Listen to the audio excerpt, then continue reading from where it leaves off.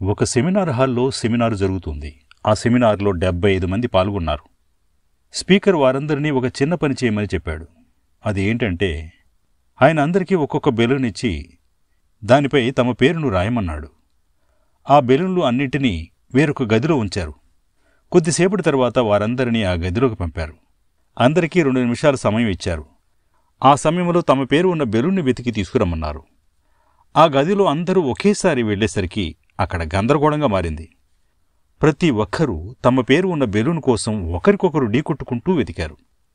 Balloon పట్టుకుని తమ పేరు ఉందా లేదా అని చూసి, లేకపోతే పక్కకు విసిరేస్తున్నారు. 2 నిమిషాలు పూర్తయ్యేసరికి ఒక్కరూ కూడా తమ పేరు ఉన్న బెలూన్ను కనుగొనలేకపోయారు. అందరూ నిరాశకు గురయ్యారు. అప్పుడు స్పీకర్ మళ్ళీ వారితో ఇలా అన్నాడు.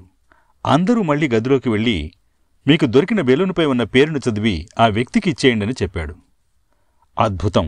1 నిమిషంలోనే ప్రతి ఒక్కరికి వారి బెలూను తిరిగి వచ్చేసింది.